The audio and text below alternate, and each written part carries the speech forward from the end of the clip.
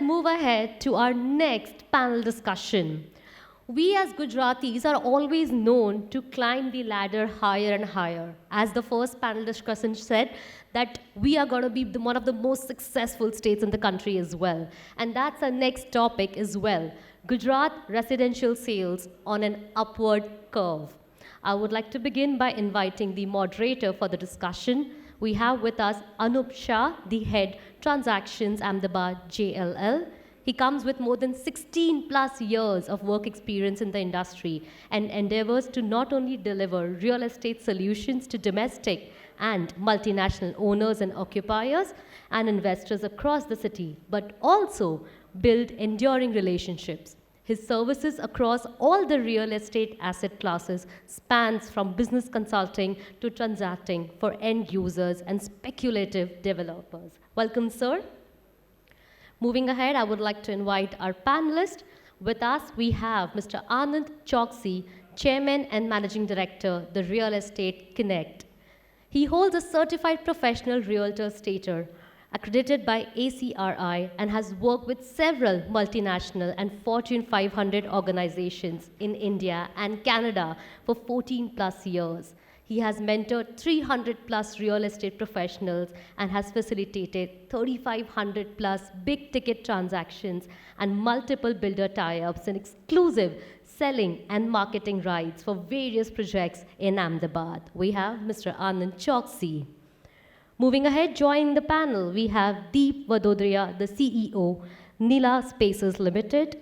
With a problem-solving attitude, he addresses complex issues in his own distinctive manner. With his exceptional operational and project execution skills, he's driving the company to new horizons. He has embedded a culture to revive responsibility and shared accountability to achieve high standards for everyone. Joining on the panel, we have Mr. Ishan Patel, Director, Branding and Communication, Suryam Developers. An architect by training, Ishan has elevated the brand to symbolize modern luxury living in Gujarat. He's obsessed with quality while looking for something new to experiment with, something that is evident in the unimaginable luxury of projects like the Banyan and in the thoughtful details of Suryam. We have two more panelists with us. We have Sharvil Shridhar, the group co-founder of Shridhar Group. He leads the group with a focus on creating value add for the customers and the company. He drives the technical and the marketing efforts and has the pulse on changing demands of the market and converts it into demand-driven products. Along with that, we have with us Tarun Varma, the co-founder, partner, Swagat Group. He's involved in rising the group since inception and has bestowed him with technical expertise, excellent knowledge, and extensive across the functional expertise. He is responsible for the overall working of the company and is instrumental in making strategic decisions for the company. Thank you so much, everyone, for joining us once again, and we welcome you. The discussion and the stage is all yours.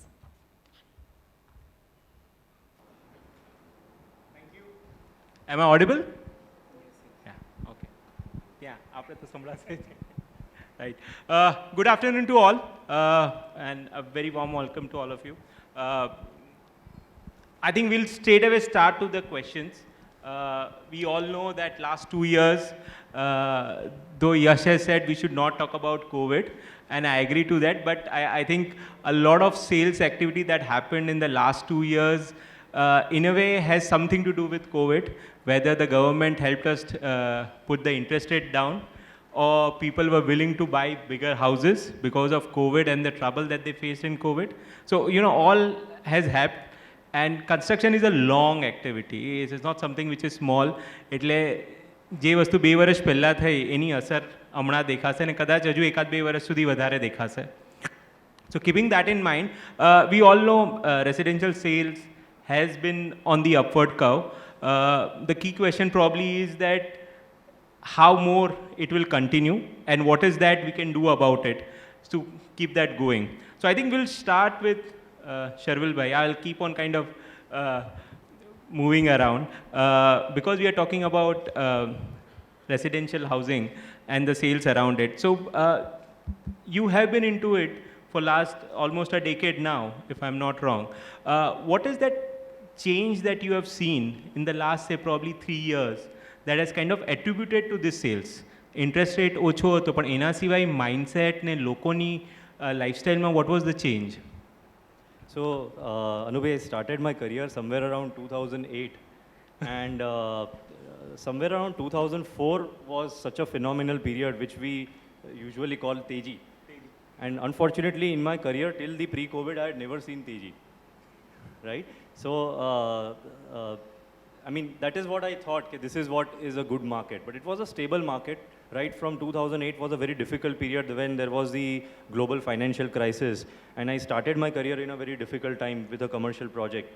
And that's when then I started slowly seeing a very stable market. But that is what I believed, that this is how market behaves. What we saw in the past 2 years was absolutely phenomenal. And what COVID taught people, or how it brought about a psychological change in everyone, was it turned our economy from a savings economy to a spending economy.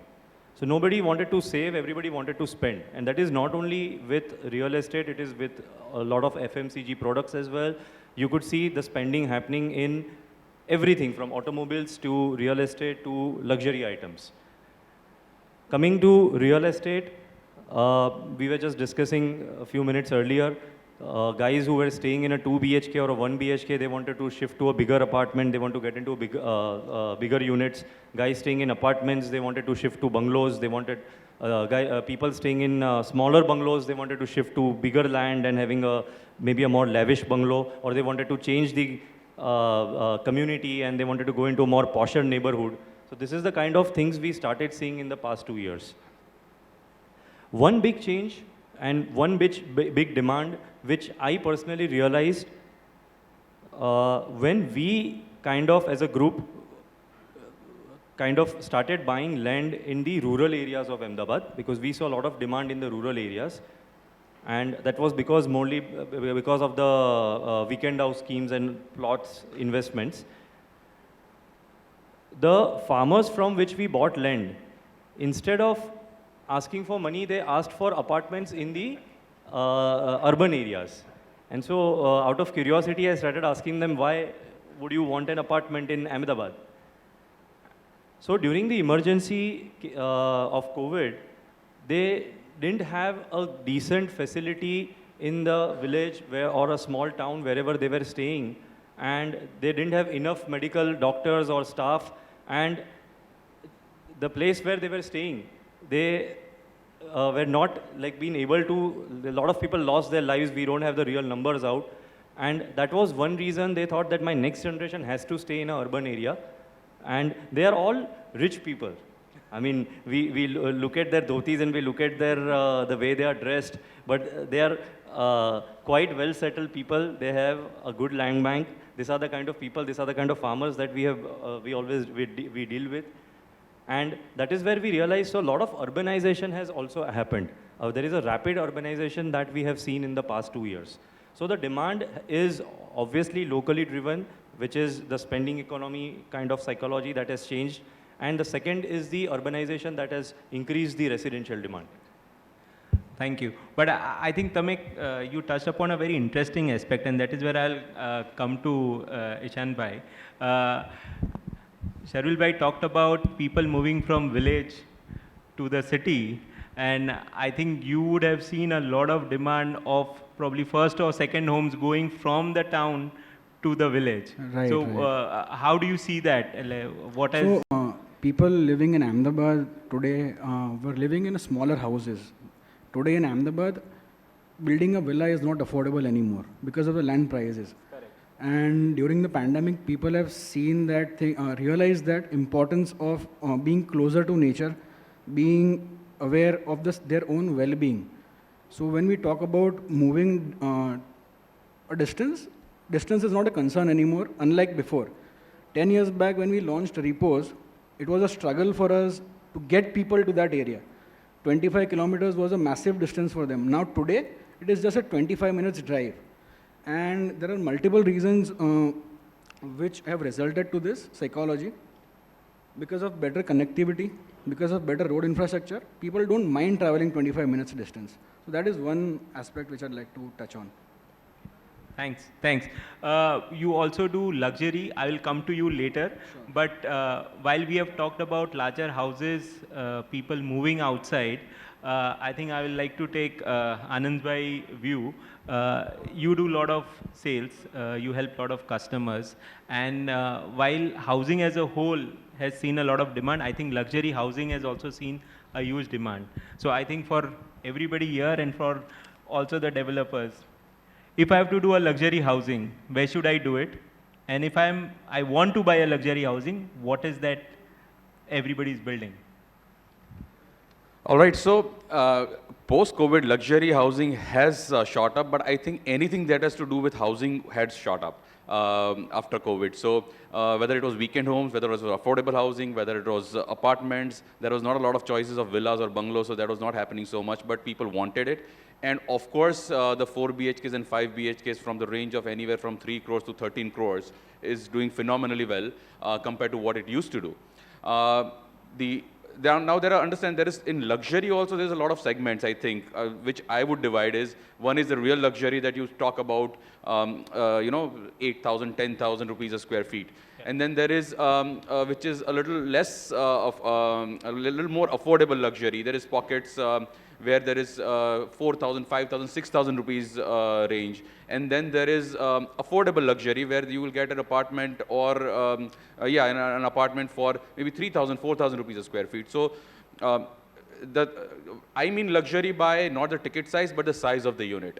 So if there is a 4 BHK, 5 BHK, if you want a premium luxury, which is in that top range, the biggest pocket right now is from ISKCON Ambli Road to Thaltej and from SG Road to Ring Road. Is that main R2, R3 pocket that we have is the primest project, a primest area for the luxury project. I think most of the developers are putting up a project are looking for an apartment there. Most of the clients who are looking for an apartment are looking in that vicinity.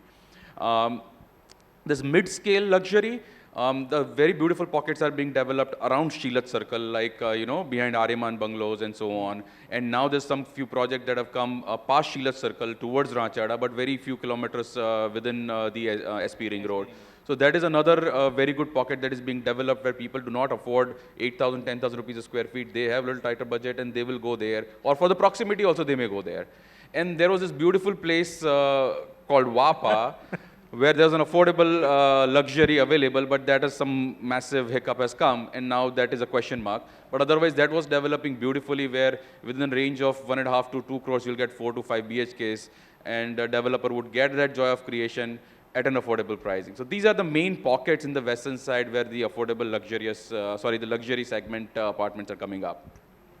I'll come to you on that luxury part, but because we are talking luxury and residential, I would like to go to Tarun Bhai, because Tarun Bhai has done a lot of projects in the western side on the bungalow schemes, probably which when the prices were much lower, but now a lot of your focus is towards the Chandkheda and Gandhinagar area.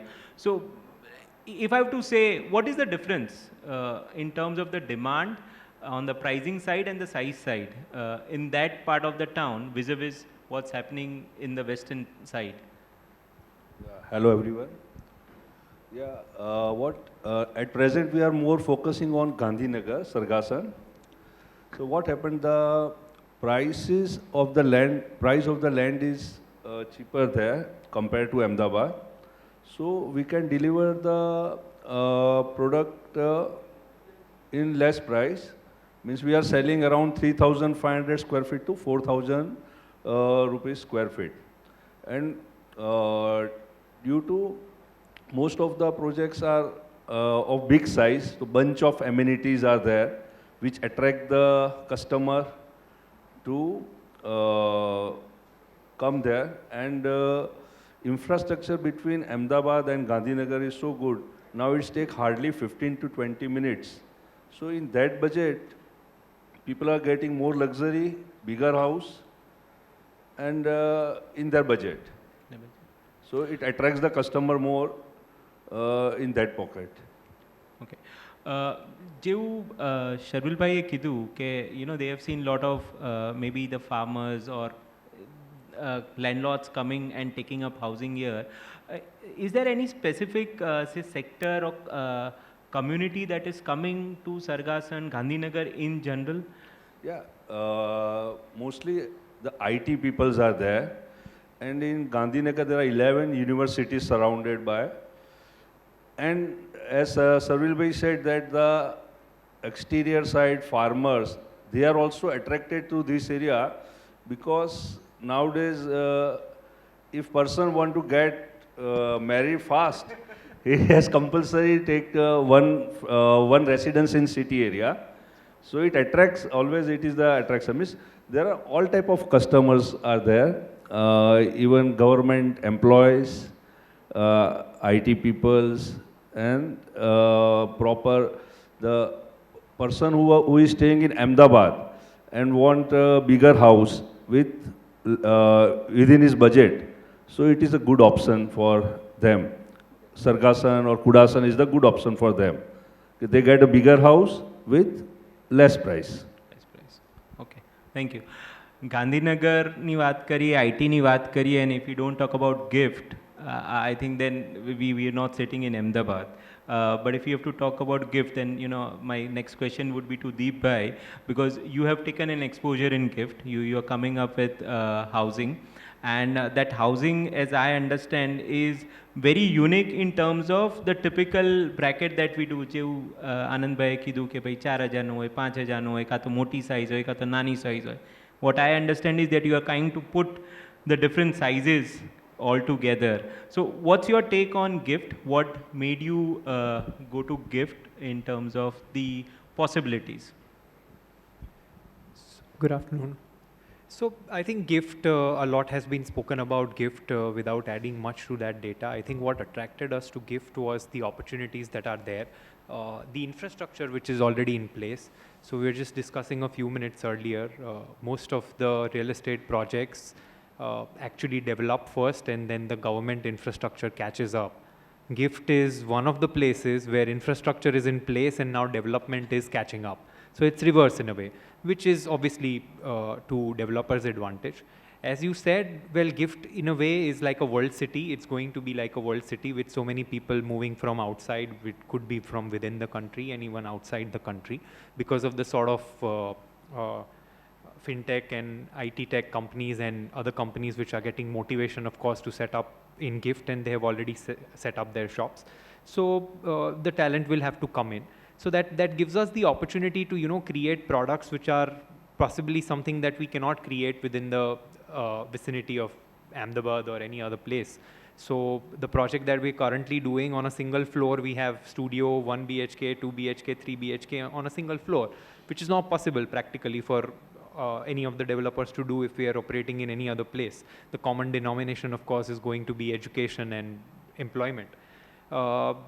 Apart from that, in terms of opportunity, yeah, the 5,000 first 5,000 houses in terms of the rule is really helping the demand right now, because it's one-time opportunity in a way, because it's a walk-to-work city, which will return back to post 5,000 houses.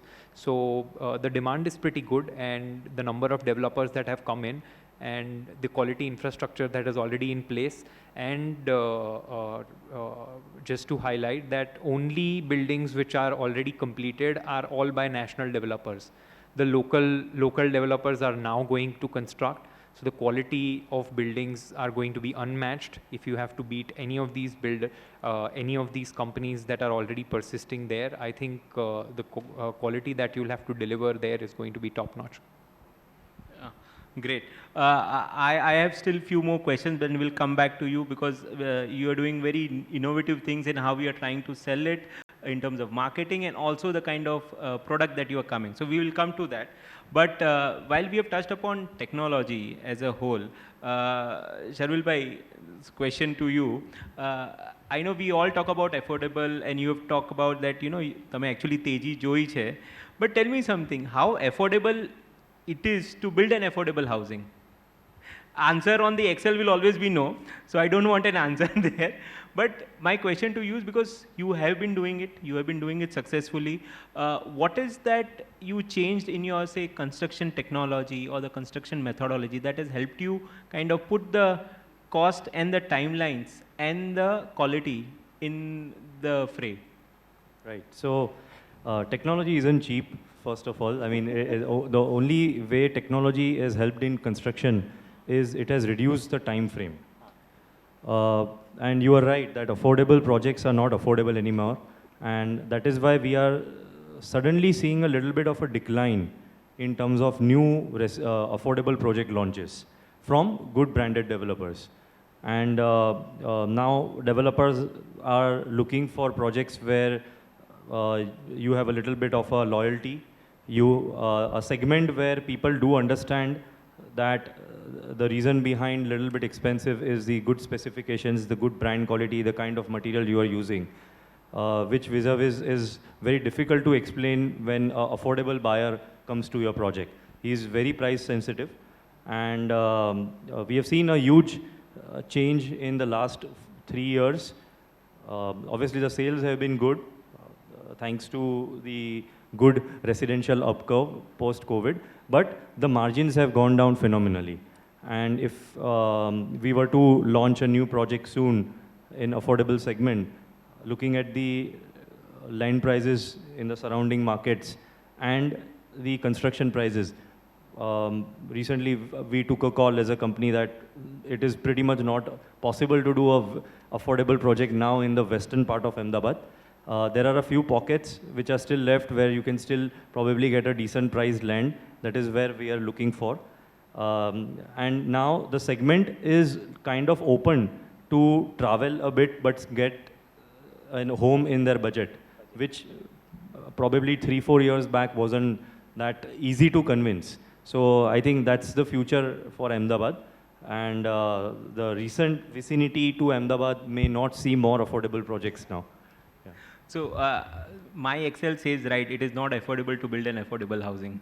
Kind of, yes. Okay, but while we talk about affordability, I think there's one aspect that a lot of people have talked about, and that's a question to, I would like Anand bhai to answer, is that everybody has talked about, and you know, all the newspapers primarily say, कि અહીંયા FSI વધી ગઈ ને એટલે હવે ભાવ control માં રહેશે. So what's your take on it? How true it is? See, by and large, that is true. Like we all, a lot of investors in residential or commercial office spaces have been complaining that the prices have not been increasing lately, the investors. And which is true. And one of the big reasons is the FSI increase. Initially, it used to be, when I started this business, the maximum FSI you could get was 2.25. Then it came to 2.7. And then it became 4. And now it is 5.4. So it's twice as much as FSI you're getting to construct on the same size of land.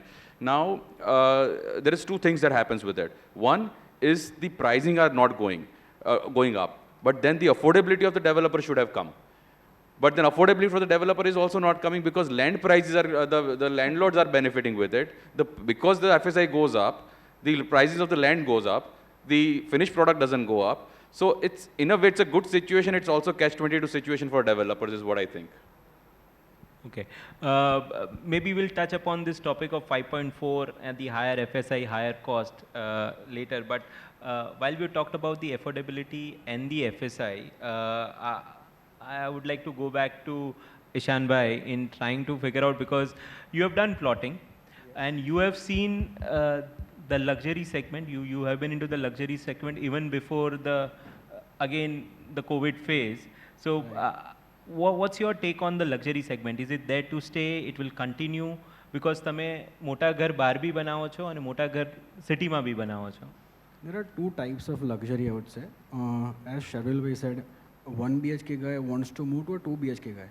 A 2 BHK. For them, 2 BHK is a luxury. For 2 BHK person, 3 BHK is a luxury. But luxury, true luxury is going to stay because there is a lot of financial income which has grown in the city.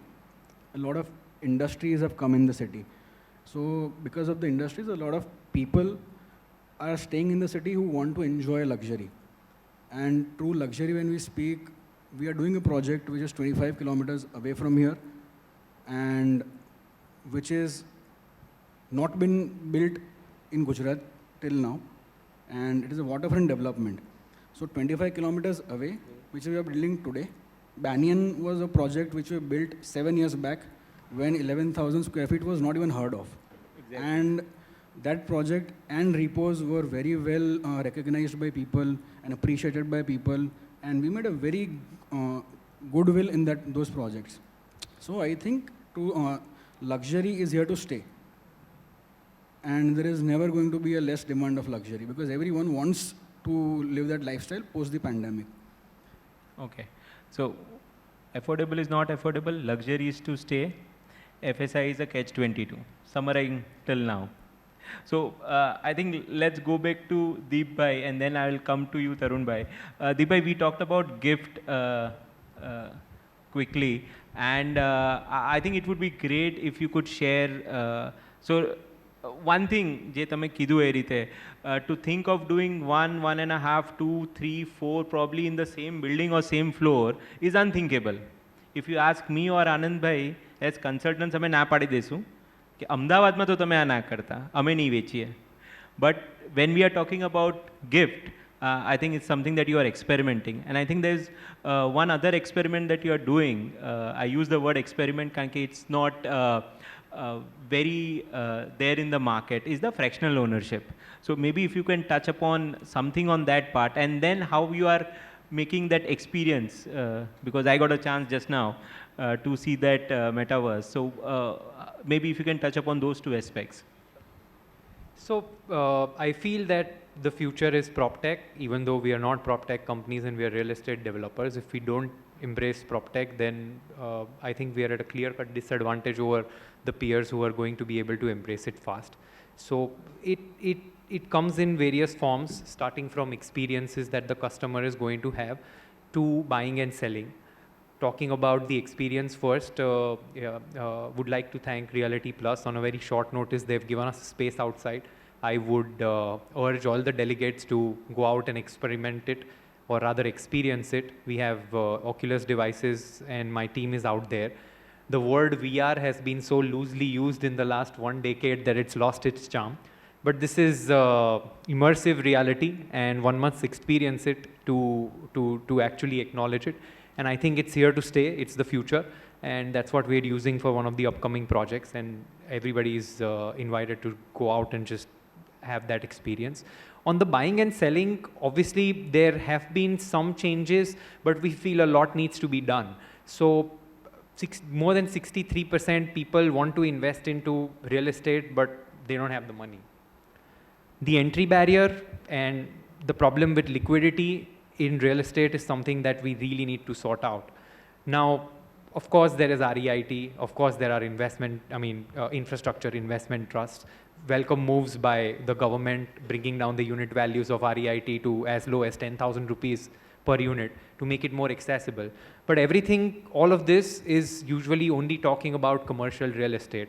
Now, I do understand the difference between commercial real estate and residential real estate is the yield, and the yield is consistent when it comes to commercial real estate. But it's not that the residential real estate is appreciating in any less format than the commercial real estate. And you can generate yields from the new innovative models that are coming about. So we are doing, doing a lot of stuff which will bring about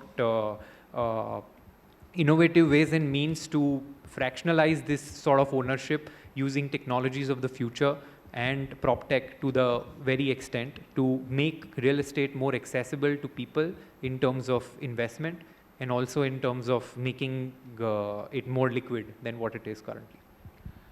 So when you say fractional ownership, you mean to say that, let's say 5 people are coming and owning a property, which is a residential property, which is up for renting. And the idea is to earn a rental yield on a residential property, which is a very common phenomenon in commercial. Okay. And that's what you are trying to offer in GIFT. This real estate, recessionary sales or reduction in the sales.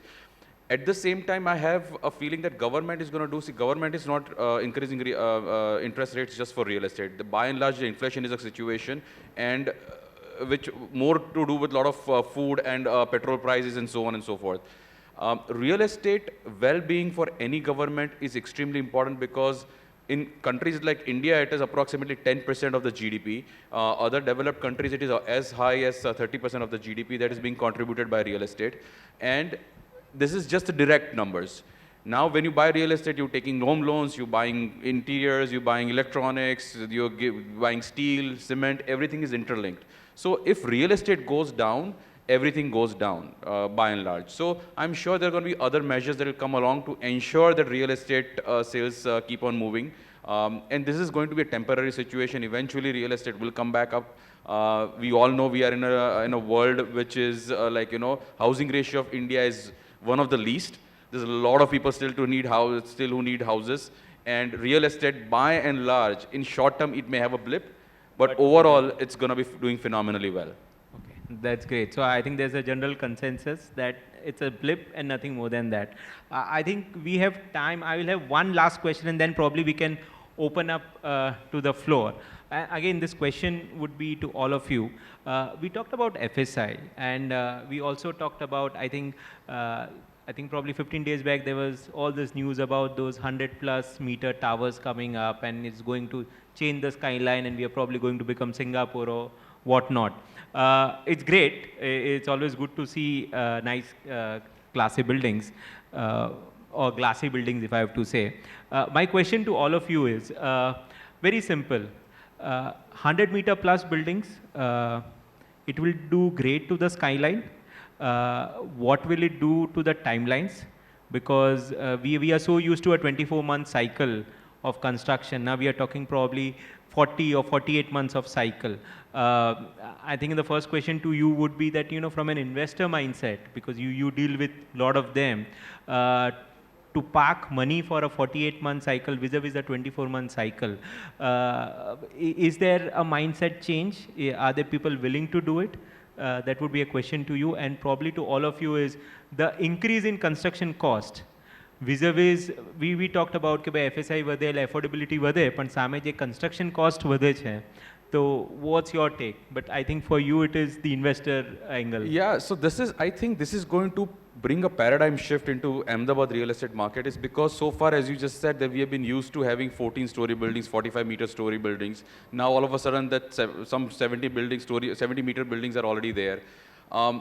There's very few examples where the 70-meter building was constructed within 3 years, which was said. Now we are talking about 150-meter buildings. Now it's going to be a tricky situation. Our end users are not prepared to put up a booking and wait for 5 years. Right now, the perception is going to take 5 years. Whether it's going to take 5 years or 3 years, time will tell. There's a lot of upgradation is needed to come from developer sides in terms of construction technology, the timelines, and so on and so forth. Whether the inventory is being sold in the initial booking or not, they will have to go gung-ho with the construction to ensure that the customer gets timely delivery. A lot of 70-story buildings have taken 4.5 years to construct. Now, people are not very sure about this. So there's two things that I'm seeing. One is from the developer's perspective, a lot of new technology will come in. The examples will have to be created into the market to bring the confidence to the end users. And secondly, the landowners who are seeing amazing, the beneficiary of this is a landowner. Landowners are the ones who are getting the major benefit. It's not that the pricing, now that you get more FSI, builders will have to pay more construction costs and more land costs, because the landowner increases the pricing. He knows very well that, okay, now so many more apartments can be created in my land. So now the investors are not going to come for 5 years in the initial this thing. End user cannot wait for 5 years. Landowners are making a lot more money. They will have to become investors. Now they will have to give land for JD, and they will have to buy a lot of inventory to ensure the project remains viable. Otherwise, it will not happen, is what my take is. I think so. That's the only way I have run an Excel file where it is making money for all of them. Absolutely. And the client is getting his inventory. Otherwise, it is not possible. Dibbai, 100+ meter building for Ahmedabad, good or bad? Or viable or not? I think, I mean, good or bad, I think, I mean, we are not the ones here to decide. I think people will decide. What we are seeing as a trend, because we are constructing something which is 117 meters, obviously there is fascination with heights. We've not seen it. So people want to go higher. the practical issues that it's facing, I completely agree with him, are there and needs to be addressed. But I mean, we've been fortunate enough to plan our project in a way that we don't have premium location charges, but we still have floor rise. Because that's the premium inventory. So definitely, because we have been deprived of going higher and higher, because for all of these years, when new buildings are going to come, which are going to be much higher, there is definitely customer interest to go higher in terms of inventory. But on the practical front, I completely agree. I think it's going to take some bit of time for the customer to get used to this timeline that we are talking about, 4 years, 5 years. Very valid point he made there. Some of the 70-meter buildings have taken not less than 4 years to get constructed. That's where there's a question mark. How quickly are the 100 meters and 150-meter buildings going to get constructed? And that's where I think the developers of repute are going to come into equation, that people can really trust them, that they will deliver in time, they will deliver in the committed period. And even though the waiting time is a little longer, I think customers usually tend to understand. Okay. Ishan bhai, your view on luxury and high rise, really high rise?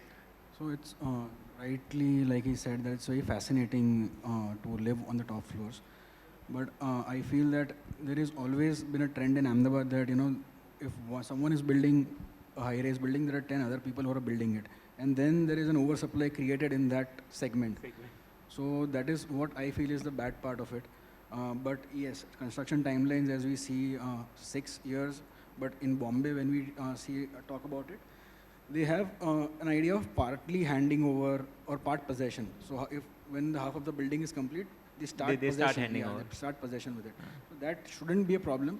But since it is the first time for the Ahmedabad people to develop something which has not been done in Ahmedabad earlier, so a bit of challenge is what I see. Right. Sharvil bhai, do you think this will bring a shift into the way we are looking at partial OC, full OC? See, it changes the viability of the project, to be honest. You get to use more FSI, and obviously the construction cost goes a little bit higher. But it does make sense. If it's a very popular area, it does make sense. It has to be, you have to go for more height and you have to use more FSI because there is a good demand in that area, and you need to make it more populated. And recently we launched a project, and it was a litmus test for our loyal customers and loyal investors. And we were very surprised. We sold almost all the units from the 15th floor to the 22nd floor. Oh, wow. So there is a demand for height, there is a fascination for height. And so far, nobody has even asked us how long it's going to take. I hope there are not cancellations after that. But yes, the timeline is going to change. The 2.5 years has already changed to 3 years. Now probably we'll see more of 4 years and 5 years timelines, which sounds quite a bit. And that is going to be the challenging part, but I think eventually we'll get through it. I'm sure all the popular destinations in Ahmedabad are going to get a lot of 100-meter buildings. It's fabulous for the city. When we go to other metro cities, we wish that our town will be something similar to this one day. As a real estate developer, you always fascinate like that. And now is the time to cash on it. And I'm sure all the developers will do. So yeah, it's a good thing. It's a good thing. Okay. Yeah, earlier what happened, I'm talking about before 10 years or 15 years, 20 years, people used to stay in bungalows in Ahmedabad. What people say, they want bungalow. Just flat was the second option for them. If he is not, he cannot afford a bungalow, then only he go for flat. Before 20 years, 15 years, it was like that. But now, in this generation, the person like to stay on height. So of course, both way, builder will also enjoy the FSI and a customer will also enjoy the height. And for the development of a good city, high-rise is will be more catchful for the city. Yeah. Great. I think maybe we can throw open the question as to the team. We have probably 8-10 minutes, so probably we can take up around 4-5 questions. So maybe we can start with that.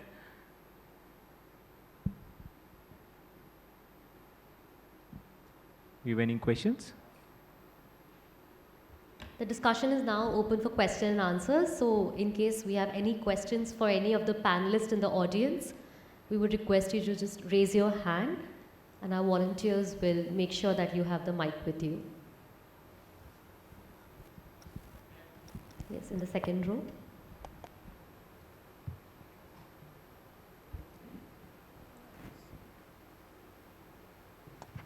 Good evening. My question is to Sharvil bhai. What is the impact of digital payment this COVID scenario on the real estate sector?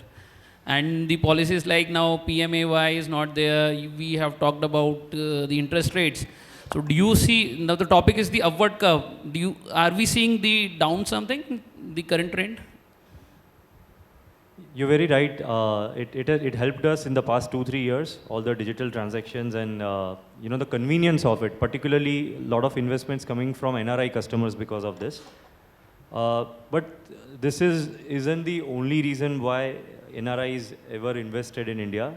To be honest, India has always been a growth story, and particularly from the past 5 years and even the upcoming 5 years, I see a very positive outlook. We already discussed the topic of about the interest rate. It's probably marginally going to impact. Yes, there is definitely a request to the government if they could do something again for something like a housing for all policy. It is something which has to be stagnant. We made a target till 2022. The next target has to be till 2032. And we still have not achieved housing for all, which was the actual motto. And probably if everybody does own a house, then it's time for an upgrade. So some of the other policy needs to be there, the incentive needs to be there. As Anand bhai mentioned that it not only affects one industry, real estate is a very big industry. There are a lot of subsidiary industries who are dependent on real estate industry, and it's a very big GDP contributor. So some positive government policies post the elections or probably near to the national elections, hopefully that will help again the real estate industry. But not big of a downward curve, giving a direct answer to what you questioned last. I don't see much of a downward curve. Probably we may see a little bit of a stagnancy period, meaning the rates may stay steady, and probably hopefully another upward curve from there. Thank you.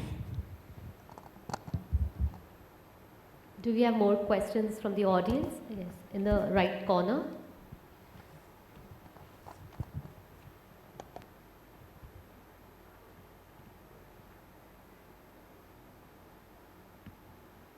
Hello, can you hear me? Yeah.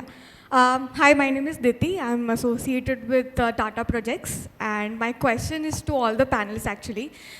We talked about affordable, like for LIG, MIGs, and high-end residential. I just wanted to understand and understand your take on redevelopment projects, within the state, like whether it would, affect in the future and how it is going on for the upward curve as we are discussing on the topic.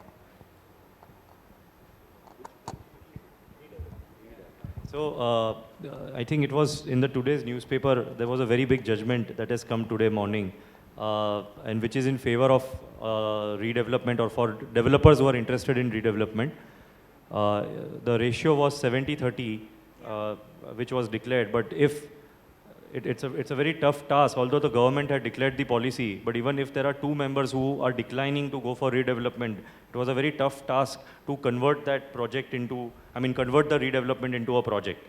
But because of the judgment that has come today morning, it has been a big favor.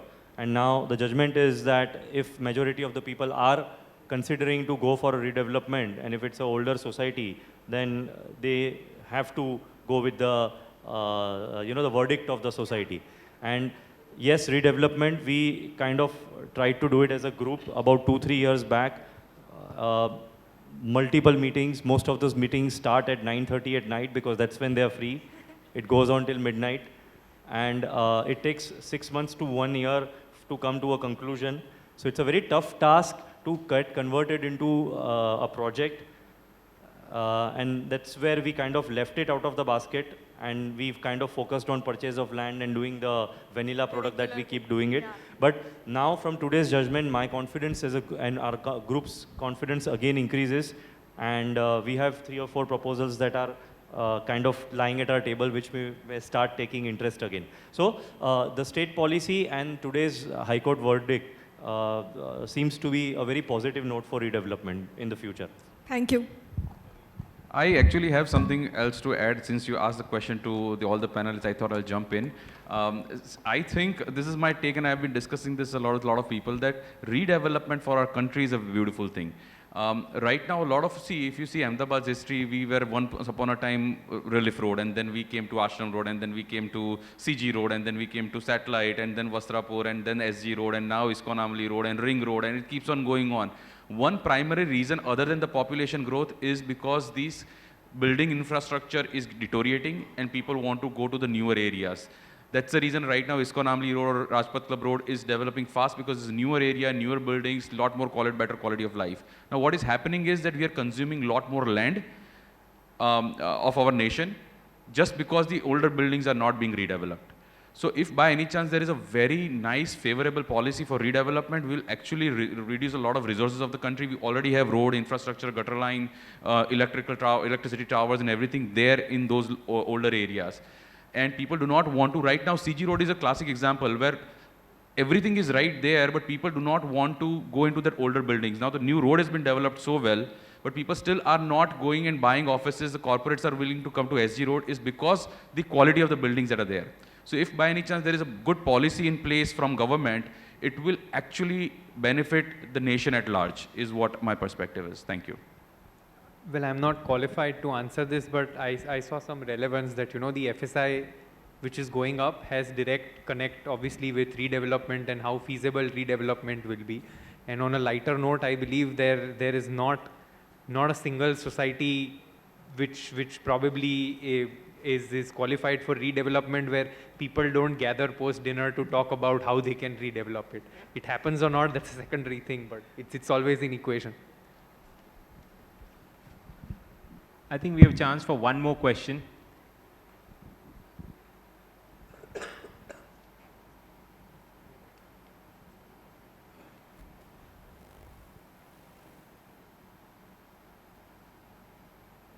Hi, good evening. I'm Gautam. I work for Steelcase. Question is to Deep. So you spoke about PropTech and fractionalized investing when it comes to residential. So I personally have been working on an academic project with regards to fractionalizing token-based investing in residential, and I faced an obstacle when it comes to navigating government regulations, right? So commercial investing is very different as compared to fractionalizing residence. Rates are different animals. So just wanted your thoughts on navigating government regulations when it comes to fractionalized token-based investing for residential sector. So you're absolutely right. That's what you have to navigate, because there are no real tokenization rules in the country. So unfortunately, you have to take the offshore route, which with it brings a lot of other problems in terms of the legal framework. But we see things are moving. Obviously, if you want to tokenize it for non-Indians, it's very easy at this point of time. The only problem comes in when you want an Indian to invest into your fractional ownership or the tokens. That is where the issue is coming along. So yes, there is some navigation which is happening, but at the same point of time, I believe that government also is going to evolve in terms of their rules. I think they were just a little shocked and taken aback by the sudden splurge of Indian money going into crypto exchanges after advertising. That is why this aggressive stance. I think they have come out in the open and said multiple times that they do believe in blockchain as a technology and it is there to stay. It's just that they had to put a stop to this because of the quantum at which the money got into the crypto exchanges, the way that they were advertising, and it came in from very retail customers. So I believe that government over a period of time will come out with much more laid down rules which are not there right now. All of the rules that talk about tokenization are somewhere in the gray. So if you've worked even on the academic front, we will definitely touch base offline and see how I can give you more.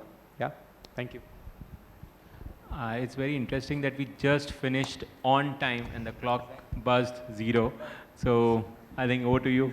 A very well time managed panel discussion. Thank you so much. Let's have a huge round of applause for all the panelists. Thank you so much once again.